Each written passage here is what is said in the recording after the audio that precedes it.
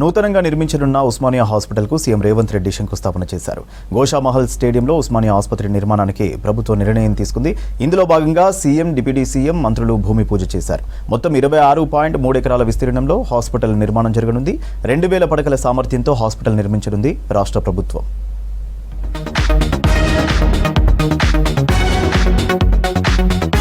గోషామహల్ స్టేడియంలో ఉస్మానియా హాస్పిటల్ కొత్త భవన నిర్మాణ పనులకు శంకుస్థాపన చేశారు సీఎం రేవంత్ రెడ్డి.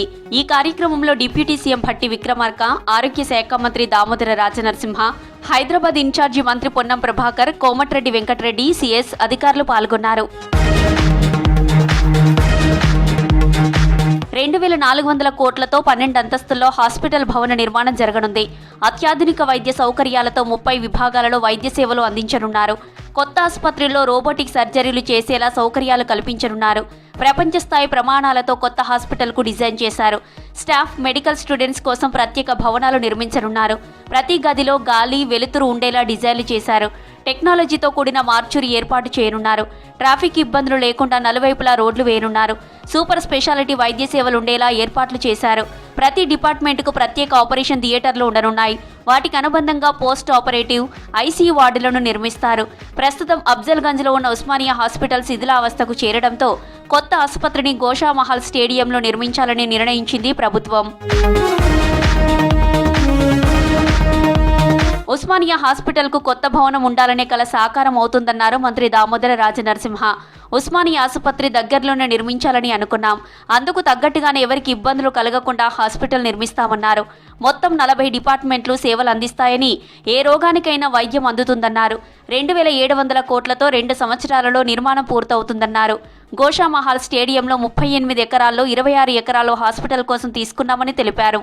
5 భాగాలు: in patient, out patient, residency, auditorium, academic, ఇవన్నీ భాగాలుగా విభజించి 2000 పడకలు, దానికి తోడు ఇంకా 8 డిపార్ట్మెంట్స్ పెంచడం జరిగింది.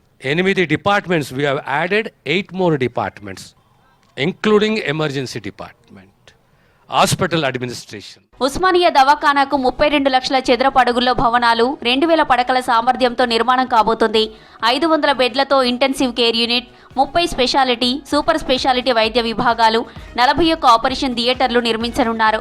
డెంటల్, నర్సింగ్, ఫిజియోథెరపీ కాలేజీలు ఉండనున్నాయి. 750 సీట్ల కెపాసిటీతో భారీ ఆడిటోరియం నిర్మిస్తామన్నారు. విద్యార్థులు, స్టాఫ్ కోసం రెసిడెన్షియల్, ప్లే జోన్లతో పాటు పేషెంట్ అటెండర్లకు నిత్యాన్నదానం కోసం ధర్మశాలలు ఉంటాయన్నారు. 2000 కార్లు, 1000 బైకులకు సరిపడా అండర్ గ్రౌండ్ పార్కింగ్ ఫెసిలిటీ ఉంటుందని తెలిపారు. ఎన్నో ఏళ్ల కల ప్రభుత్వం నెరవేర్చుతున్నందుకు సంతోషం వ్యక్తం చేశారు ఉస్మానియా హాస్పిటల్ డాక్టర్లు. ఎవరైతే ఉస్మానియా జనరల్ హాస్పిటల్కి వేల సంఖ్యలో వచ్చేటువంటి వారు ఉంటారు.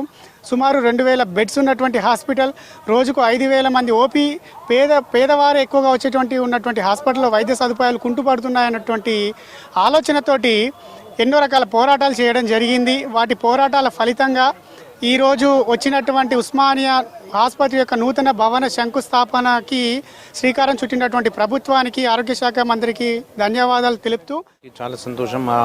మా ఎంటైర్ సిబ్బంది, మన హాస్పిటల్ సిబ్బంది అందరికీ చాలా సంతోషం ఉంది. నాట్ ఓన్లీ అవర్ హాస్పిటల్, ఇప్పుడు ఉన్న వాళ్ళు కాకుండా ఇక్కడ నుంచి ముందు పనిచేసే వాళ్ళు, ముందు ఇక్కడ చదువుకున్న వాళ్ళు, ఇప్పుడు చదువుకుంటున్న స్టూడెంట్స్ అందరికీ చాలా సంతోషం ఉండే. ఇవాళ they were all very happy. 2 ఏళ్లలో నూతన ఉస్మానియా హాస్పిటల్ వైద్య సేవలు అందించనుంది. అంతకుముందు ప్రతిపక్షాలు గోషామహల్ పరిరక్షణ సమితి ఆధ్వర్యంలో భూమి పూజ చేయొద్దని నిరసనలు చేశారు.